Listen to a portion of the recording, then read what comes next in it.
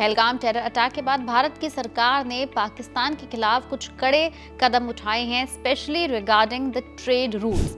2 formal routes को बंद कर दिया गया है हर तरह के आने जाने के लिए। इनफैक्ट ट्रेड के ऊपर भी काफी रेस्ट्रिक्शंस लगाई गई हैं। आपने शायद न्यूज में देखा होगा कि इंडस वाटर ट्रीटी जो कई सालों से चली आ रही थी, उसके ऊपर भी फिलहाल एक छोटा पॉज लगाया गया है। आगे फर्दर एक्सटेंड करने का अभी तक कोई इंटीमेशन नहीं आया है। इसके अलावा अटारी बॉर्डर जो लोगों के आने जाने के साथ साथ ट्रेड रूट भी एक बहुत बड़ा है, उसके ऊपर भी काफी रेस्ट्रिक्शन लगाई गई हैं। बता दें कि इंडिया और पाकिस्तान के जो रिलेशंस हैं वो सिर्फ लोगों के बीच के या सेंटिमेंटल रिलेशंस नहीं है। इंडिया एंड पाकिस्तान ट्रेड में भी काफी रिलेशन शेयर करता है और ये काफी पुराना रिश्ता है।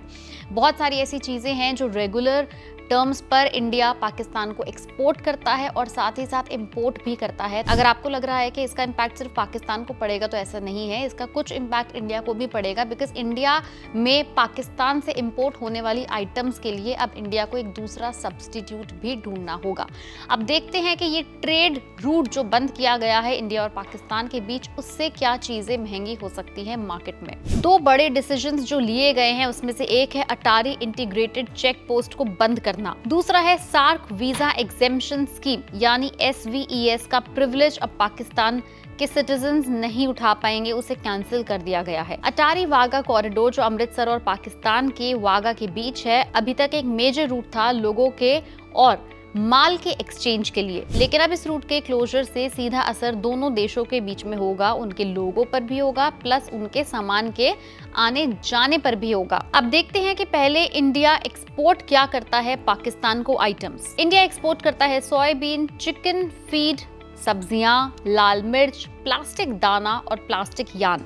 वहीं पाकिस्तान से इंडिया इंपोर्ट क्या करता है, काफी आइटम्स इंपोर्ट होती हैं जैसे कि ड्राई फ्रूट्स, सूखे खजूर, gypsum, cement, glass, rock salt, Ayurvedic और देसी हर्ब्स। तो अगर आप लिस्ट देखोगे तो इंडिया एक्सपोर्ट कम करता है पाकिस्तान को, लेकिन इंपोर्ट पाकिस्तान से ज्यादा करता है। और जो इंडिया और पाकिस्तान के बीच का जो ट्रेड रूट है वो सिर्फ इंडिया और पाकिस्तान तक सीमित नहीं है, वो इंडिया और अफगानिस्तान का भी सेम ही ट्रेड रूट है। तो अगर इस ट्रेड रूट के ऊपर थोड़ी सी भी रेस्ट्रिक्शन लगाई जाएगी, इसका सीधा असर इंडिया एंड अफगानिस्तान के ट्रेड रिलेशंस के ऊपर भी पड़ सकता है और उधर की इकोनॉमी के ऊपर भी पड़ सकता है। अटारी लैंड पोर्ट जो लगभग 120 एकड़ में फैला हुआ है, नेशनल हाईवे से डायरेक्टली कनेक्टेड है। साल 2023-24 के फाइनेंशियल ईयर में अटारी लैंड पोर्ट ने लगभग 6,871 कार्गो मूवमेंट्स देखी, जिसमें से लगभग 71,563 पैसेंजर क्रॉसिंग्स थी और लगभग 3,886 करोड़ रुपए का ट्रेड हैंडल हुआ। अब जब ये ट्रेड रूट बंद हो गया है तो क्लियरली ये बायलैटरल ट्रेड को मेजर झटका लगने वाला है। अब बात करते हैं सार्क वीजा एग्जेम्पशन स्कीम की।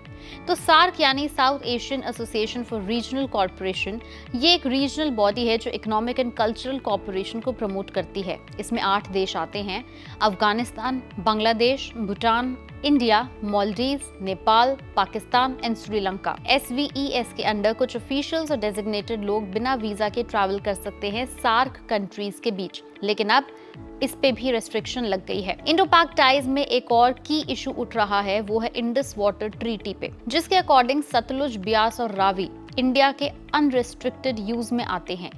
इंडस, झेलम और चेनाब पाकिस्तान को अभी भी मिल सकते हैं। ये साल 1960 का एक अग्रीमेंट है जो अब तक काफी सेंसिटिव रहा है, लेकिन अभी इसकी एक्सटेंशन और अभी इसके कंप्लीट कंट्रोल के ऊपर कोई खास इंफॉर्मेशन नहीं आई है। फिलहाल पॉज किया गया है, but there is no strict deadline. अब हमने इस वीडियो में बात करी इंपोर्ट की, एक्सपोर्ट की, वाटर ट्रीटी की, ट्रेड रूट की, सभी प्रकार के ट्रेड एंड बायलैटरल रिलेशंस जो इंडिया पाकिस्तान के साथ अभी करता है, प्लस इसका कैसा इम्पैक्ट पड़ने वाला है बाकी सार्क नेशंस के ऊपर, उसको देखने के लिए हमें कुछ टाइम वेट करना होगा। बाकी हम की अपडेट्स लेकर आते रहेंगे इंडिया एंड पाकिस्तान के ट्रेड रिलेशंस एंड टाइज के ऊपर टाइम टू टाइम।